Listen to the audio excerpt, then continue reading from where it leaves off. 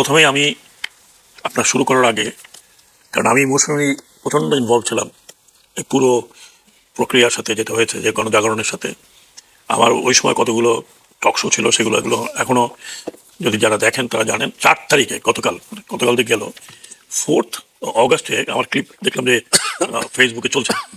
4th অগাস্টে আমরা একটা ঝটিকা press conference করেছিলাম আমাদের রাওয়া ক্লাবে। ওখানে আমাদের বেশ কয়েকজন, বেশিরভাগই রিটায়ার্ড অফিসার ছিলেন। সেখানে আমাদের প্রাক্তন 2জন চিফ ছিলেন, একজন জেনারেল নুরুদ্দিন, ইকবাল করিম ভূঁইয়া। তো সেখানে আমরা কয়েকজন সেনাবাহিনীর প্রতি আহ্বান জানিয়েছিলাম যে, কারণ তার পরের দিন কিন্তু যেটা আমরা জানতে পেরেছিলাম যে সেনাবাহিনী উড গো ইন অ্যাকশন 5 তারিখে, এবং সেনাপ্রধানও কথাবার্তা বলেছেন। কিন্তু সেনাপ্রধান যেইভাবে তার কথা বলেছেন সেটা আমার কাছে মনে হলো যে he could not say what he wanted to say, এবং তার যে অফিসাররাও, জুনিয়র অফিসারও বলতে পারেনি হোয়াট দে ওয়ান্টেড টু। আমি বহুদিন থেকে, যখনই আমি হাসপাতালে কোনো কারণে গিয়েছি, ওখানে গিয়েছি, আমি সাধারণ সৈনিকদের যে মনের ভিতরে যা ছিল তা জানতাম। তারা দে ওয়ার ফ্ল্যাবারগাস্টেড। আমাকে শুধু জিজ্ঞেস করতে হচ্ছে, স্যার আমরা জীবনে ভোট দিতে পারবো কিনা? That was only question that. বলে স্যার ওই 2008-এ ভোট দিয়েছে, তারপর তার কোনো ভোট দিতে পারি না। গ্রামে গঞ্জেও যেখানে যেতাম সেখানে এক কথা। এবং এই সৈনিকদের ভিতরে একটা বিশাল ফ্রাস্ট্রেশন দেখলাম যে যেইভাবে দেশ চলছে, আফটারঅল তারাও তো এই দেশেরই সন্তান, ওরাই আমাকে বলতে পারতো। তো তারপরে যখন এই জুলাই আন্দোলন শুরু হলো, যেহেতু আমি মহাখালীতে থাকি, বেরোতে দেখা হচ্ছে সোলজারদের সাথে, ওরা 2-4টা কথা তো আমি বুঝে যেতাম যে স্যার কি হচ্ছে, স্যার আমরা কি করবো, what should we do. Even 30 তারিখ 29 তারিখে যখন মহাখালীতে কিছু কিলিং হচ্ছিল, তখন ফিউ সোলজার্স যার সাথে আমাদের ওই মহাখালী মোড়ে দেখা, সেখানে আমাকে তো চেনে সবাই, সেখানে ওই ওদের একই কথা, স্যার আমরা কি করবো, স্যার আমাদের তো হুকুম পালন করতে হবে। তো এইগুলো আমরা অবজার্ভ করেছি এবং দেখলাম, আমার কাছে যেটা মনে হয়েছিল, আমার কাছে না, আমরা যে কজন ছিলাম, যে সেনাবাহিনীকে যদি নামানো হয়, তাদেরকে কিছু কিছু জায়গায় করেছে, কিন্তু যদি ঢালাওভাবে আপনি আর্মিকে বলেন যে now you take over, police যা করেছে ইউ ডু ইট, আমি টোটালি মানে এক ধরনের স্যাঙ্গুইন ছিলাম যে আর্মিতে রিভোল্ট হয়ে যাবে। এবং সেনাবাহিনীতে যদি রিভোল্ট হতো তাহলে it would have gone in a different way. কারণ আমি নিজে 3rd নভেম্বর দেখেছি, 7th নভেম্বর দেখেছি, particularly 7th নভেম্বর দেখেছি। I am one of those very few officers যে ক্যান্টনমেন্টে থ্রুআউট দোজ পিরিয়ড ছিলাম, যখন জিয়াউর রহমান সাহেব হি কন্ট্রোলড। এইখানে তো এখন আর সেই জিয়াকে পাবো না আমরা খুঁজে। তো এটা আমাদের ভিতরে কয়েকজন সিনিয়র অফিসার, আমাদের ভিতরে একটা উপলব্ধি হলো যে আবার যদি ওরকম হয় তাহলে দেশের খুবই বিশৃঙ্খল অবস্থা হবে।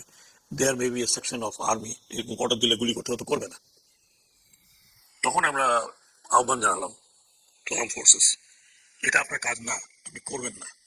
জুনিয়র কমান্ডারদের বললেন যে আপনারা এরকম হুকুম দেবেন না, বিকজ এই হুকুম লফুল অর্ডার নয়। সেনাবাহিনীর লফুল অর্ডার হচ্ছে আপনি কমব্যাটে যাবেন, আপনি এনিমি নির্ধারিত থাকবে, সে আপনার সাথে যুদ্ধ করবে, আপনি তার উপরে আপনার যে ফাংশন সেটা করবেন। লফুল অর্ডার নয়।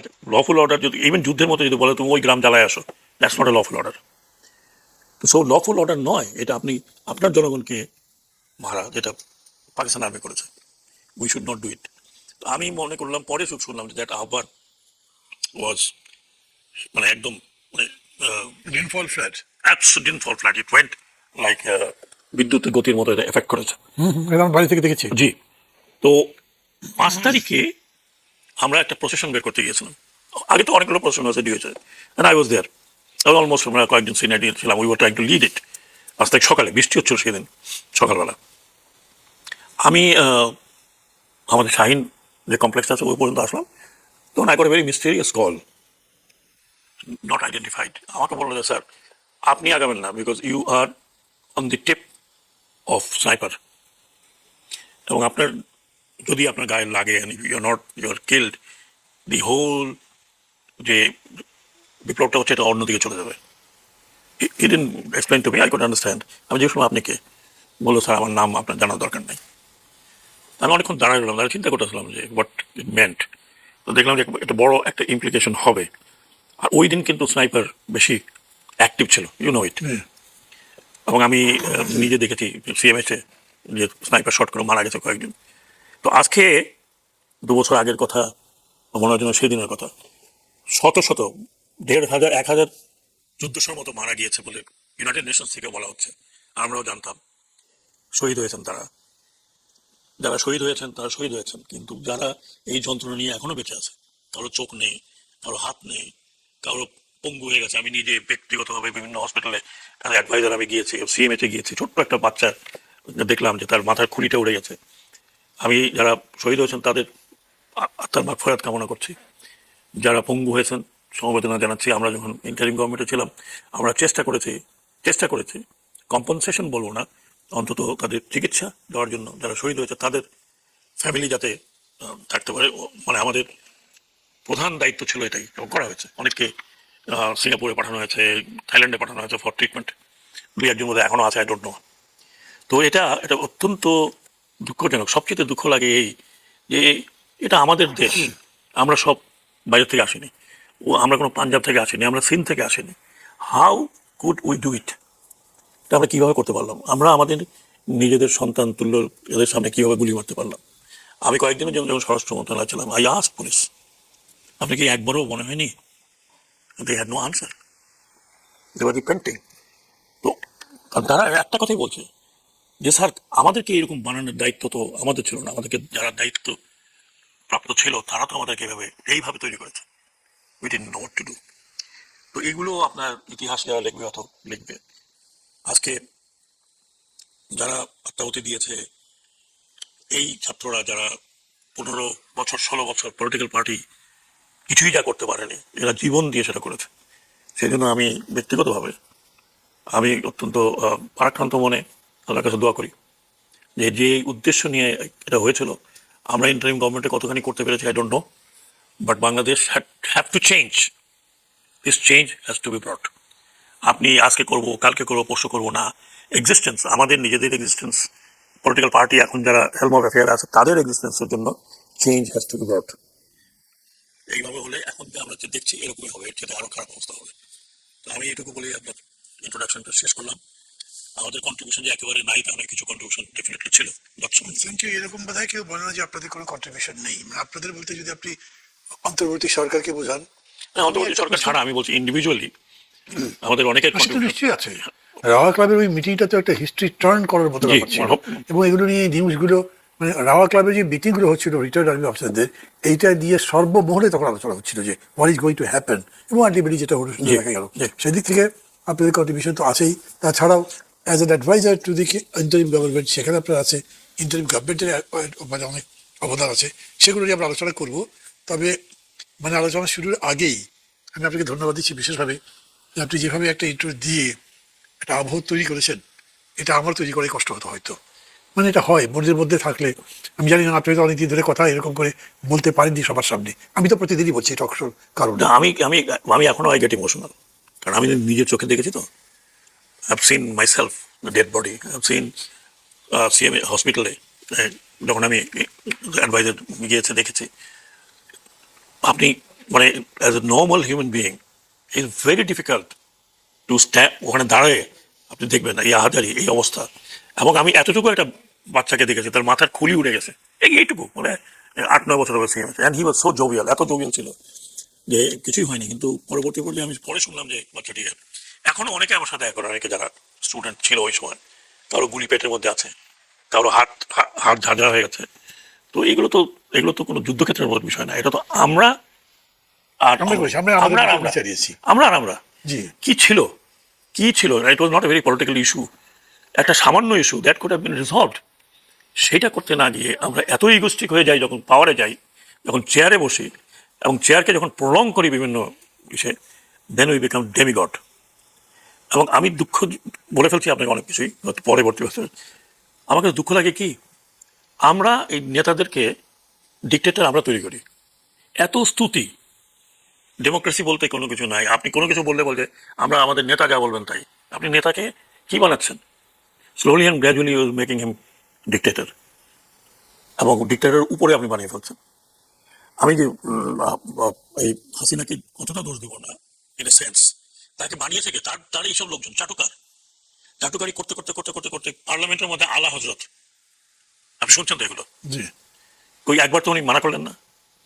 স্টেজ কামস যখন বোঝা যায় যে এখন আমি যদি বলি যে আমাদের বর্তমান প্রধানমন্ত্রী উনি সিম্পল থাকার চেষ্টা করছেন, is following trying to follow his father, আমি যেটা দেখছি যে চাটুকারি তো কমে না, he has to be very very careful. And আমি মানে আমার মনের থেকে বলছি, বিকজ 15 বছর আমি আপনাকে তো কম করি না, ডাইরেক্টলি না হলে আপনি জেলেও গেছেন, আপনি পলিটিক্স করছেন, আপনি জেলেও গেছেন, হ্যাঁ আমিও তো বেঁচে গেছি যে বিভিন্ন কারণে। বাট আমরা তো ফেল করতে পারি না, every time we don't want to fail. এবং এইখানে এই চাটুকারিতা যদি না কমানো হয়, আমি আজকে সকালে আমরা একটু আলাপ করছিলাম যে আমাদের দেশে এত চাটুকারিতা কিভাবে আসলো, কোথেকে আসলো। মানে মনে হলো যে আমি যদি এখন একটু চাটুকারিতা করি তাহলে না জানি আমি ভালো, আই এম ডুইং অফুলি ব্যাড। মানে এটা আমাদের হিস্ট্রিতে ছিল এরকম মনে হয় না আপনার? ধরেন আমরা মুঘল সম্রাটদের যেভাবে সন্ধান করেছি, চাটুকারিতে পুরোটাই চাটুকারি। অ্যাকচুয়ালি আমি যদি মানে ক্ষুদ্র আমার হিস্টোরিক্যাল অভিজ্ঞতা বলি, তার কারণটা হলো আমি যেটা মনে করি আমরা কখনো রুলার ছিলাম না। মানে আমরা মানে বাঙালি, আপনি হিস্ট্রি ঘাটে দেখেন বাঙালি কোনোদিন রুলার ছিল না। কাজে ওই রুলার ক্ল্যানের একটা বৈশিষ্ট্য আছে। আপনি north India for example, north India mostly ছিল রুলার ক্লাস, বাইরের থেকে আসুক বা আসেও নর্থ ইন্ডিয়াতে শুরু করেছে। ওখানে ধরেন নবাবরা এরা ওরা, আপনি রাজা মহারাজা, আমরা তো ছিলাম না। আমরা কোনোদিন ওইভাবে স্বাধীনভাবে নিজেদেরকে রুল করতে পারি নাই। আমরা সবসময় ছিলাম চাটুকার, ওই যে মানে ছাতা বর্দার আর কি। হুজুর যাচ্ছেন, হুজুর হুজুর যেন পায়ে কাদা না লাগে এই জন্য হাত পাইতে দিলাম হুজুর। এই তো কাহিনী আছে আমাদের। হ্যাঁ এগুলো কাহিনী আছে তো। আমরা এখন 50 বছর স্বাধীন হয়ে আমরা কেন বেরোতে পারছি না? এটা একটা বড় জিনিস। আমরা আমাদের নেতাদেরকে জীবন থাকতে চায় তখন থাকতে দেই না। চাটুকারি করতে করতে করতে করতে করতে করতে এমন এমন কথা বলে যে বঙ্গোপসাগরের পানি শুকায় যাবে কিন্তু আপনার গাথা লেখা শেষ হবে না। এই করে করে আমরা আমাদের পলিটিক্যাল পিপুলকে দারুণভাবে নষ্ট করেছি। এর চালক চলমান আছে। One has to be very very careful এই চাটুকারিতে। আই মাস্ট স্ট্যান্ড, যে আপনি যদি আমাকে আমার ভুল ধরিয়ে দেন, I must stand on to it. আপনি চাটুকারি করতে না না স্যার, আপনি যা বলছেন এর আগে কোনোদিন হয় না এগুলো, এই প্রথম। না, আমরা আবার বোধহয় মানে চাটুকারিতে এনজয়ও করি। এনজয় করেন কখন? ধরেন আপনি প্রথম বললেন যে সেট আপ, দ্বিতীয় দিন বললেন সেট আপ, থার্ড ডেতে বলেন ভাই প্লিজ কম করেন, ফোর্থ ডেতে আপনি তখন একটু গালে হাত দিয়ে মুচকে মুচকে আসবেন, তাই তো I am the boss, I do everything. এই চাটুকারিতা করতে করতে করতে করতে আমরা কাউকে নর্মাল থাকতে দেই নাই। আপনি দেখেন হাসিনার অবস্থা, হাসিনা যা করলো, বাকিরা কখনো তাকে বাধা দিয়েছে? কোনো বাধা দেয়নি। She even didn't know what she was doing. She was killing people.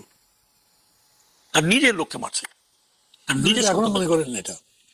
এটাই তো মুশকিল, এখনো মনে করেন না। আমি তো ওই কথাটা বলছি, আপনারা ক্ষমা চান, জনগণকে ফেস করেন, ফেস দ্য পিপল, ক্ষমা চান।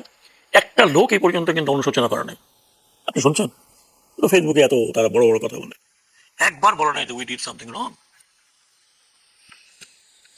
ওরা তো পুলিশ হত্যার বিচার চাই, মানে আরে আগে আপনার এই যে ছাত্র হত্যা করছেন এটা বিচার দেন, বিচার মাঠে আসেন, তারপর না পুলিশের হত্যা। না বলছি ওইটা তো বলবার মতো পাওয়া যাচ্ছে না, কিন্তু তারা বিচার চাচ্ছে পুলিশ হত্যার।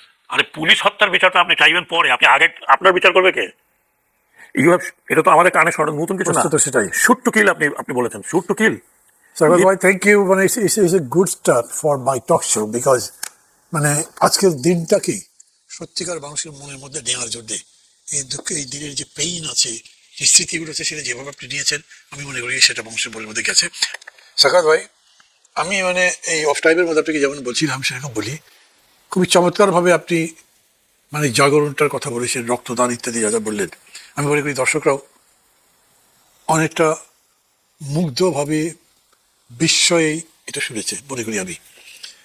কিন্তু এই যে ধরেন 15 বছরের স্বৈরাচারী শাসনের অবসান হয়ে গেল 36 দিনের মধ্যে, এই রক্তক্ষয়ী লড়াইয়ের মধ্যে। মানে কি এমন হলো জনগণের মধ্যে, কি আসলো, কি আকাঙ্ক্ষা আসলো যে মৃত্যু ভয় উপেক্ষা করে নেমে গেল? মানে কিরকম হয়েছে, দুটো তিনটা ঘটনা ধরেন যে আমি শুনেছি আর্মির লোকজন বা পুলিশের লোকজন কি বলেছে, গুলি চালিয়ে কত পারবো, একটা বললে 10টা দাঁড়িয়ে যায়।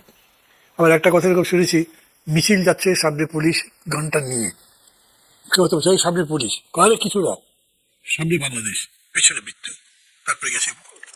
আমি আপনি প্রথম যেটা বলেছেন, যেটা আমি হোম মিনিস্ট্রিতে দেখেছি আমি এই ক্লিপটা, একজন পুলিশ অফিসার বলছেন, তৎকালীন হোম মিনিস্টার বলে যে ফরেন রিজিমের হোম মিনিস্টার, তাকে বলছে সেক্রেটারি স্ট্যান্ডিং, পুলিশ বলছে স্যার কি করবো, একটা মারি খাড়া হয়ে যায়, আবার মারি, আবার 10টা খাড়া হয়ে যায়।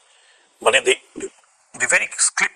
এটাকে যদি আমি ইন্টারপ্রেট করি, তার মানে যারা এই সম্মুখ অগ্রগামী এই আন্দোলনটাকে নিয়ে গিয়েছে, দে তারা বাংলায় যদি বলি মরণ ভয়কে উত্তরণ করে কিন্তু গিয়েছে। জি। একটা সময় আসে, আমি যুদ্ধক্ষেত্রের কথা যদি বলি, প্রথম দিকে খুব ভয় লাগে, প্রথম যখন আপনি যান, কিন্তু ফার্স্ট রাউন্ড যখন ফায়ার হয় আর আপনার পাশে আপনার কোনো কমরেড গায়ে লেগে যদি মারা যায়, আপনার ফিয়ার ইজ লস্ট। দেন তখন বলা হয় যে আপনি ভয়কে জয় করে ফেলছেন অলরেডি। নাহলে আপনি চিন্তা করেন যে এইরকম গোলাগুলির ভিতরে আর্মি ইজ ফাইটিং, তাতে human being, human being, how it comes. আপনি ভয়কে জয় করলেন কখন? যখন আপনি দেখলেন যে আলটিমেটলি কি হবে, die, I will die, somebody has died for me or for the country. ওটা একটা মোটিভেশন। এখানে তো অবশ্য সেরকম মোটিভেশন ছিল না যে will die for the country. But যখন একটা গুলি চালালেন, দুটা গুলি চালালেন, দুজন মারা গেল, তিনজন মারা গেল, আবু সাইদ যখন এটা করলো, এই এই ইমেজটা যখন সারা দেশে, সারা দুনিয়াতে তো গেল, আমি দেশের কথা বলছি, যখন ফল করলো, তখন আপনি চিন্তা করেন আমাদের মতো লোকের মনে হয় যে বের হয়ে আমরা দুইটা পিঠা দিই, হ্যাঁ, রাইফেল নিয়ে let me go and kill some people. এই যে ভিতরের থেকে একটা আপনার মানে আবু সাইদের যে স্যাক্রিফাইস, সে তো জানতো যে তাকে গুলি গুলি করতেছে, গুলি করছে, একটা করছে, তারপর সে দাঁড়িয়ে আছে, দুইটা করছে, তারপর সে দাঁড়িয়ে আছে। দিস, এটা আপনার যে ফিয়ার ব্রেকিং হয় না, ফিয়ার ধরুন একটা স্ট্রেট লাইন,